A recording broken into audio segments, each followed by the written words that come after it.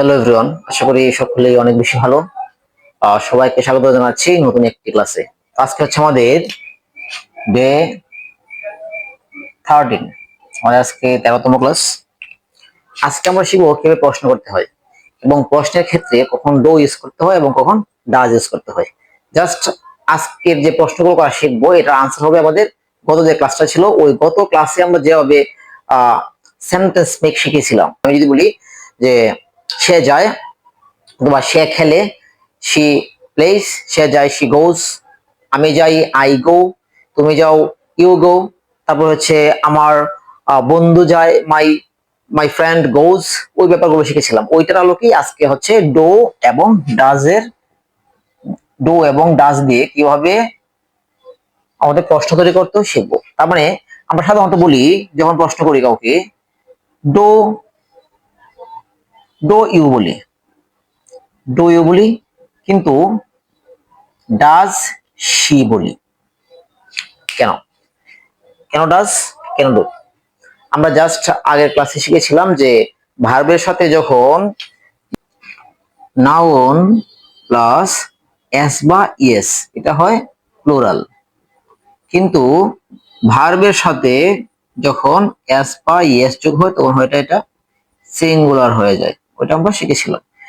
তার মানে সি হচ্ছে একজন, এই জন্য ডাজ। ডো হচ্ছে আমরা যখন অনেক বুঝাবে, আমি, তুমি, আরো অন্য সবাই যখন একের অধিক বুঝাবে তখন আমরা ডো ইউজ করবো।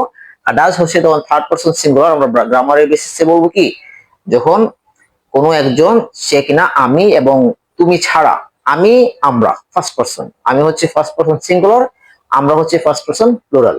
সেম ভাবে তুমি তোমরা সেকেন্ড পারসন, আর বাকি যারা আদার্স আছে, সে, রহিম, করিম, যা সবাই আছে সবাই হচ্ছে থার্ড পারসন, তারা, আমার বন্ধুরা, ঠিক আছে, এই সবাই হচ্ছে থার্ড পারসন। তো থার্ড পারসনের ক্ষেত্রে যদি একজন হয় তখন এটাকে বলে আমরা থার্ড পারসন সিঙ্গুলার, তখন আমরা ডাজ ইউজ করে প্রশ্ন মেক করব।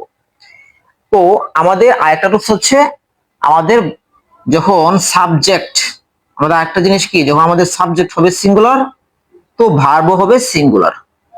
তো সেম ক্ষেত্রে যখন সাবজেক্ট সিঙ্গুলার হবে, যেমন সি একজন, তো ভার্ব সিঙ্গুলার, ডাজ হয়ে গেল। কারণ কি, ভার্বের শেষে যখন আমরা এস বাই এস ইউজ করি তখন এটা কি হয়ে যায়, সিঙ্গুলার হয়ে যায়। তার মানে কি, এস এস অ্যাড করা মানে সিঙ্গুলার না। বুঝতে হবে যে অ্যাড এবং ইয়েস যে আমরা যুক্ত করছি কার সাথে, সেটা কি নাউনের সাথে করতেছি নাকি ভার্বের সাথে করতেছি। যদি নাউনের সাথে করি তখন হয়ে যায় প্লুরাল, আর যখন ভার্বের সাথে করি তখন হয়ে যাবে কি, সিঙ্গুলার।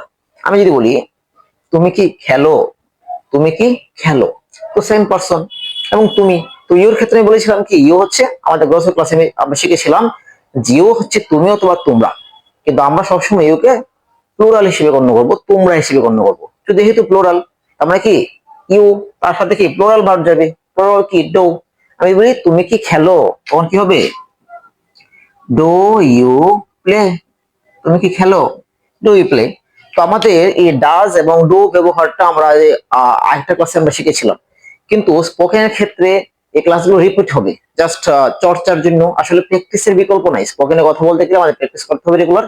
তো প্র্যাকটিস করতে হলে আমাদের ক্লাসগুলো রিপিট হবে। প্রত্যেকটা ক্লাস আমাদের যদি আমরা 100+ ক্লাস করি, তার মধ্যে প্রত্যেকটা ক্লাসে 2-3 বার রিপিট হবে, একটু ভিন্ন আঙ্গিকে, কিন্তু ফোকাসটা থাকবে আমাদের এক জায়গায়। তো এইভাবেই কিন্তু আমাদের প্র্যাকটিসটা করতে হবে। তো ডো ইউ প্লে, তুমি কি খেলো। এখন যদি বলি তুমি কি ফুটবল খেলো, ডো ইউ প্লে ফুটবল, তুমি কি ফুটবল খেলো কিনা। তো সেম ভাবে আমি যদি বলি সে কি খেলে, সে কি খেলে, তখন কি, ডাজ হি প্লে, তখন কি হয়ে যাবে, ডাজ হি প্লে, সে কি খেলে। এখানে হি হচ্ছে সিঙ্গুলার, ভাবটা হচ্ছে সিঙ্গুলার, অথবা হি হচ্ছে থার্ড পারসন সিঙ্গুলার, তৃতীয় একজন ব্যক্তি সে, এবং সিঙ্গুলার। এই কারণে ভার্বের শেষে আমরা সাধারণত এস বা ইএস অ্যাড করি। সেম ভাবে ডো এবং ডাজের ইউজটা আমাদের করতে হয়। সাধারণত ডো এবং ডাজ ইউজ করি আমরা যখন কাউকে প্রশ্ন করি, অথবা সেন্টেন্সটা যখন আমাদের নেগেটিভ সেন্স করে তখন আমরা ডো এবং ডাজের ব্যবহার করি। ডো এবং ডাজ ব্যবহার করে আমাদের প্রশ্ন করতে হয়। প্রশ্ন করতে গেলে যেমন আমি যদি বলি সে খেলে, সে খেলে, তো এটা কি হবে, হি প্লেজ, সে খেলে। আমি যদি বলি তুমি খেলো, ইউ প্লে, তুমি খেলো। তো এই সেন্টেন্স গুলা কেমন? পজিটিভ এবং নর্মাল, আমাদের একটা অভ্যাস বোঝাচ্ছে। যেমন সেখানে আরেকটা কথা হচ্ছে, আজকে যে প্রশ্নগুলো হচ্ছে এবং আজকে সেন্টেন্স মেকটা হচ্ছে, এখানে আমাদের মূল ফোকাসটা থাকবে অভ্যাস। অভ্যাস বলতে আমরা কি বুঝি? আমাদের প্রতিদিনের যে কাজগুলা হয়, নিয়মিত না হোক অনিয়মিত হইলেও, জাস্ট যেগুলোর কোনো ফিক্সড কোনো টাইম থাকে না। যেমন তুমি খেলো, ইউ প্লে, সে খেলে, হি প্লেস। গত ক্লাসে আমরা শিখেছিলাম সে রান্না করে, শি কুকস, আমার মা রান্না করে, মাই মাদার কুকস। আচ্ছা, তারপর হচ্ছে আমার মা প্রতিদিন রান্না করে, my mother cooks everyday. Same ভাবে আমার বন্ধুরা রান্না করে, তখন কি মাই ফ্রেন্ডস কুক। তখন আর কুকস হবে না, কারণ মাই ফ্রেন্ডস হবে যাবে প্লুরাল। তো সাবজেক্ট আমাদের ভাবটা প্লে প্লুরাল নিতে হবে। এখানে এস ইউজ করা মানে কি, এটা সিঙ্গুলার হয়ে যাওয়া। তো সেম ভাবে আমাদের এইটা, এখন যদি এইটাই যে তুমি খেলো, ইউ প্লে, তুমি খেলো, এখন এটাকে যদি আমরা আহ প্রশ্ন করতে হয় যে তুমি কি খেলো, তো আমরা আগে একটা ক্লাস শিখেছিলাম, যখন আমি বলি যে আমাদের অক্সিলিয়ারি ভার্বগুলো থাকে, যেমন আই এম প্লেইং, আমি খেলতেছি, আই এম প্লেইং, আমি খেলতেছি, তখন এম কে সামনে এনে এম আই প্লেইং, আমি খেলতেছি। ইউ আর প্লেইং, তুমি খেলতেছো, তখন কি you are playing, are you playing হয়ে যাবে, যে আর ইউ প্লেইং, তুমি কি খেলতেছো। কিন্তু আমাদের যে আহ আহ, বাক্যগুলোতে অক্সিলিয়ারি ভার্ব থাকবে না। যেমন হি প্লেস, এটা আমাদের প্রেজেন্ট ইনডিফিনিট টেন্স। সে খেলে, সাধারণত প্রেজেন্ট ইনডিফিনিট টেন্স কি, যে টেন্সের নির্দিষ্ট কোনো সময় নাই, কিন্তু আমাদের দৈনন্দিন জীবনে অভ্যাস বোঝায়, চিরন্তন সত্য কোনো ঘটনা বোঝায়। তো এই ব্যাপারগুলোকে আমরা প্রেজেন্ট ইনডিফিনিট টেন্স বলি। এখানে আমাদের সাধারণত কি থাকে না, এম, ইজ, আর মানে অক্সিলিয়ারি ভার্ব থাকে না। আমাদের 12 প্রকার টেন্সের মধ্যে অক্সিলিয়ারি ভার্ব থাকে না হচ্ছে প্রেজেন্ট ইনডিফিনিট এবং পাস্ট ইনডিফিনিট। যেমন আমি এসেছিলাম, আই কেম, অথবা তুমি এসেছিলে। তো এই ব্যাপারগুলোতে সাধারণত আমাদের কি থাকে না, অক্সিলিয়ারি ভার্ব থাকে না। তো যেগুলোতে অক্সিলিয়ারি ভার্ব থাকে না, ওইখানে প্রশ্ন মেক করতে গেলে আমাদের ডো, ডাজ এবং ডিড ব্যবহার করতে হয়। তো সাধারণত ডো এবং ডাজ ব্যবহার করবো আমরা প্রেজেন্টের ক্ষেত্রে, যেখানে কোনো ফিক্সড কোনো টাইম থাকবে না। কিন্তু অতীতের ঘটনা যেগুলো হয়ে গেছে, জাস্ট যেগুলো আমাদের কমপ্লিট, যেমন সে খেয়েছে, তখন কি হি ইট এইট হবে, হি এইট, সে খেয়েছে, তখন সে খেয়েছে, হি এইট। তো এখানে আসলে তো আমাদের কিন্তু কোনো অক্সিলিয়ারি ভার্ব নাই, তখন ওটাকে প্রশ্ন করতে গেলে আমাদের ডিড এর ইউজ করতে হয়। ওটা আমরা পরবর্তী কোনো ক্লাসে দেখবো। তো হি প্লেজ, সে খেলে, তো এখানে সে কি খেলে, তখন আমাদের ডো এবং ডাজ এর হেল্প নিতে হবে। ডাজ ইউজ করবো আমরা যখন থার্ড পারসন কেউ আসবে এবং সিঙ্গুলার কেউ আসবে। যেমন আমার ভাই খেলে, মাই ব্রাদার, মাই ব্রাদার কি হবে, নর্মালি আমার ভাই খেলে, তোমার কি মাই ব্রাদার প্লেজ, আমার ভাই খেলে। তো আমার ভাই কি খেলে, অথবা তোমার ভাই কি খেলে, তখন কি ইউর, জাস্ট তোমার ভাই খেলে।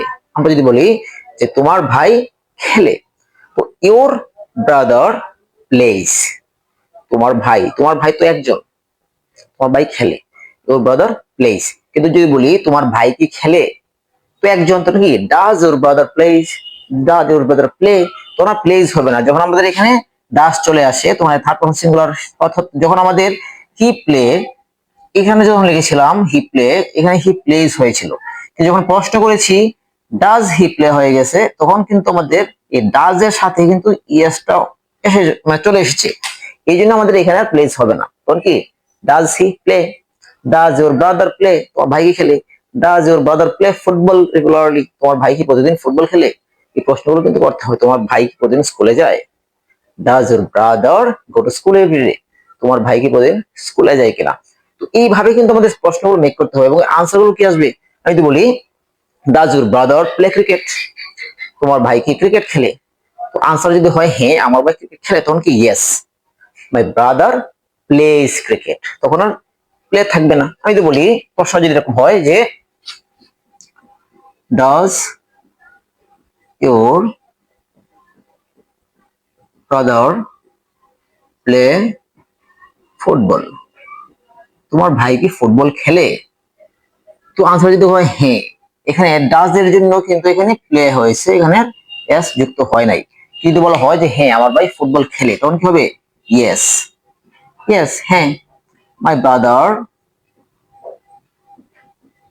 মাই ব্রাদার, তখন আর মাই ব্রাদার হচ্ছে থার্ড পারসন সিঙ্গুলার, তখন চলে আসবে কি place. Yes my brother plays football. হ্যাঁ আমার ভাই ফুটবল খেলে। যখন প্রশ্ন হয় তখন আমাদের ডাজ চলে আসছে এবং ডাজের কারণে আমাদের আর এখানে এস যুক্ত হয় নাই। কিন্তু এখানে তো আমাদের এটা আমাদের একটা নর্মাল অভ্যাস বোঝাচ্ছে এবং এটা একটা অ্যাসার্টিভ সেন্টেন্স একটা বিবৃতি বোঝাচ্ছে। তো এখানে আসলে কোনো প্রশ্ন করা হচ্ছে না, এই কারণে আমাদের ডাজ আর হবে না। তো এখানে আমাদের থার্ড পারসন সিঙ্গুলার অথবা আমাদের ভাবটা সিঙ্গুলার নিতে হবে, কারণ হচ্ছে আমাদের সাবজেক্ট হিসেবে সিঙ্গুলার আছে মাই ব্রাদার আমার ভাই। প্রশ্নগুলো কেমন হয়, জাস্ট আনসার গুলো কিন্তু কালকের যে নিয়মগুলো ছিল আমাদের গত ক্লাসের যে আমাদের নিয়মগুলো ছিল কিভাবে সেন্টেন্স মেক করতে হয় ওইগুলোর আলোকে আজকে হচ্ছে কিভাবে প্রশ্ন করবে এবং কিভাবে ওই আনসার গুলো দিয়ে আমাদের কথোপকথনটা আগিয়ে নেওয়া যায় এটা আমরা শিখবো। তো এখন যদি বলি আহ তোমার ভাই কি দৌড়ায়, তোমার ভাই কি প্রতিদিন এক্সারসাইজ করে কিনা, অথবা তোমার ভাই কি প্রতিদিন প্র্যাকটিস করে কিনা, অথবা তোমার বাবা কি প্রতিদিন হাঁটাহাঁটি করে কিনা সকালবেলা, এই প্রশ্নগুলো কিন্তু করতে হয়। তোমার ভাই কি প্রতিদিন নিয়মিত পড়াশোনা করে কিনা, অথবা তোমার বন্ধুরা কি রান্না করে কিনা, অথবা তোমার বন্ধুরা কি প্রতিদিন পড়াশোনা করে কিনা, প্রতিদিন প্র্যাকটিস করে কিনা, প্রশ্নগুলো কিন্তু আমাদের করতে হয়। যেমন আমি যদি বলি যে তোমার বন্ধু অথবা কারো নাম যদি বলি যে তৃষা, তৃষা কি পড়াশোনা করে, তৃষা কি পড়াশোনা করে, তৃষা হচ্ছে থার্ড পারসন সিঙ্গুলার, আমাদের ভার্বটা সিঙ্গুলার নিতে হবে, ডাজ নিতে হবে।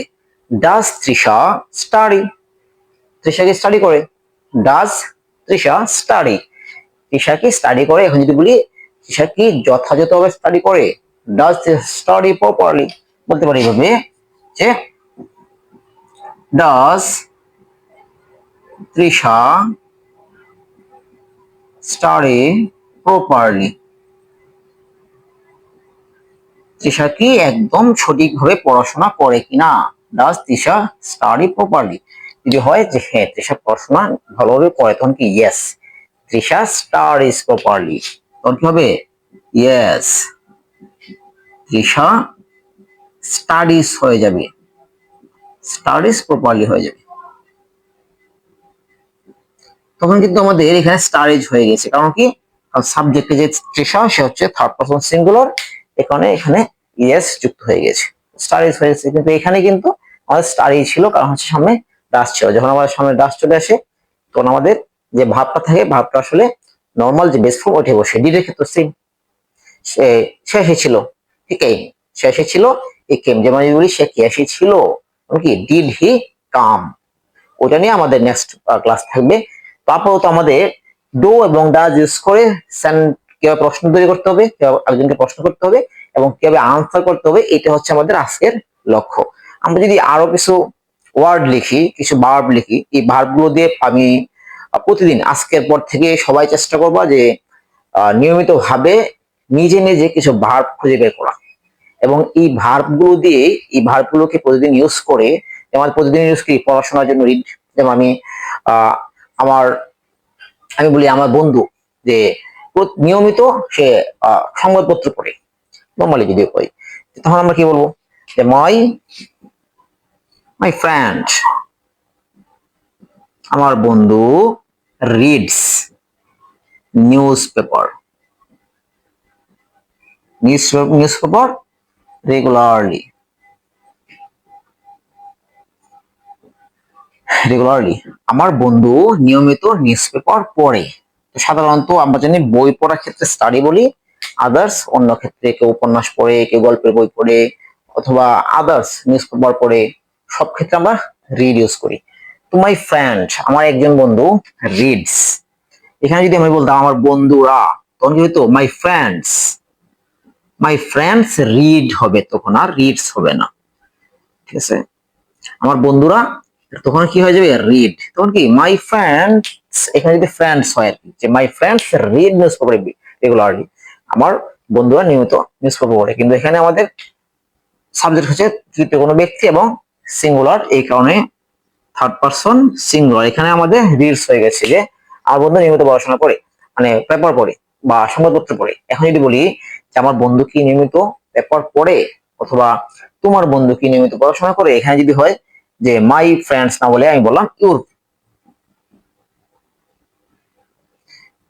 ইউর ফ্রেন্ড, তোমার বন্ধু, এটা আমি মাই বললাম না, ইউর ফ্রেন্ড বললাম যে তোমার বন্ধু কি নিয়মিত নিউজ পেপার পড়ে কিনা, তখন হয়ে যাবে কি ডাজ ইউর ফ্রেন্ড, তোমার বন্ধু কি তোমার রিডস হবে না রিড হবে। Does your friend read news paper regularly, তোমার বন্ধু কি নিয়মিত পত্রিকা পড়ে কিনা, সংবাদপত্র পড়ে কিনা। এইভাবেই সাধারণত তোমার মা কি প্রতিদিন রান্না করে, তুমি কি প্রতিদিন রান্না করো, আমরা কিন্তু এই প্রশ্নগুলো করতে হয়। তুমি কি প্রতিদিন নিয়মিত রান্না করো, তুমি বলবে না আমি নিয়মিত রান্না করি না, কিন্তু আমি মাঝে মাঝে রান্না করি। এই আনসারগুলো কিন্তু আমাদের দিতে হয়। তো গত ক্লাস কিভাবে আনসার করতে হয়, আজকে কিভাবে প্রশ্ন করতে হয়, এই দুইটা ক্লাস মিলিয়ে আমি মনে করি প্রতিদিনের যে ইংরেজির প্রশ্ন করা এবং আনসার দেওয়া মোটামুটি পসিবল। কিন্তু প্র্যাকটিস করতে হবে, বারবার প্র্যাকটিস করতে হবে, বলার অভ্যাস তৈরি করতে হবে। কারোর সাথে যখন হুট করে দেখা হয়, জাস্ট কিভাবে চিন্তা ভাবনা না করে ইংলিশে এক দুটা প্রশ্ন করার অভ্যাস তৈরি করতে হবে। এবং এই জন্য কাছের কোনো ব্যক্তি যার সাথে সবসময় দেখা হয়, এরকম কোনো ব্যক্তিকে ইংলিশ স্পোকেনের পার্টনার করে নিতে হবে, তাহলে আমি মনে করি সবচেয়ে বেশি ইজি হবে। তো সেম ভাবে তুমি কি রান্না করো, তুমি কি রান্না করো, ডু ইউ কুক, তুমি কি রান্না করো, তুমি কি নিয়মিত রান্না করো, ডু ইউ কুক রেগুলারলি, অথবা এভরিডে, তুমি কি প্রতিদিন রান্না করো। তুমি বলো যে না আমি প্রতিদিন রান্না করি না, তখন কি হবে নো, না। আই ডোন্ট, আমি করি না, আই ডোন্ট কুক, আমি করি না, আমি রান্না করি না, I don't cook, I don't cook regularly, আমি নিয়মিত রান্না করি না। But I cook very open, আমি খুবই মাঝে মাঝে বা রান্না করি না বললেই চলে। এই আনসার গুলো কিন্তু করতে হয়, কিন্তু এই আনসার গুলো করার জন্য তো কেউ তোমাকে প্রশ্ন করতে হবে, অথবা তুমি কারোর কাছ থেকে আনসার গুলো নিতে গেলে তো তোমাকে কাউকে প্রশ্ন করতে হবে। তো প্রশ্ন করার জন্য প্র্যাকটিস করতে হবে। তো আজকের ক্লাসের পরে সবাই অ্যাটলিস্ট 20টা ভার্ব খুঁজে বার করবা। প্রতিদিনের ভার্ব খুব বেশি ইজি, প্র্যাকটিস ভার্ব, তারপর হচ্ছে রান ভার্ব, গো ভার্ব, ইট, তারপর হচ্ছে কোক, প্লে, এরকম করে ইজিলি তুমি তোমার নর্মালি ঘর মোছা, মপ, তারপর হচ্ছে ওয়াশ, ক্লিন, কত কত কাজ আমাদের আছে প্রতিদিন, কত কাজই তো ভার্ব। তো এইগুলোকে খুঁজে বের করো, প্রতিদিন নিয়মিত কি কি কাজগুলো হচ্ছে, কি কি কাজগুলো মানুষ করে, ওইগুলো ট্রান্সলেট করে ইংলিশ ওয়ার্ড তৈরি করো, এবং ওইগুলা দিয়ে কিভাবে প্রশ্ন তৈরি করা যায় ডু এবং ডাজ ইউজ করে, এবং কিভাবে আনসার করা যায় প্র্যাকটিস করো। তো সর্বপ্রথম আমার অনুরোধ থাকবে এখন থেকেই প্রতিনিয়ত প্রতিদিনের কাজগুলোকে কিভাবে ইংলিশে বলা যায় এই প্র্যাকটিস তোমরা করবা। সবাই ভালো থাকবা এবং প্রতিদিন প্র্যাকটিস করবা। থ্যাংক ইউ সবাইকে।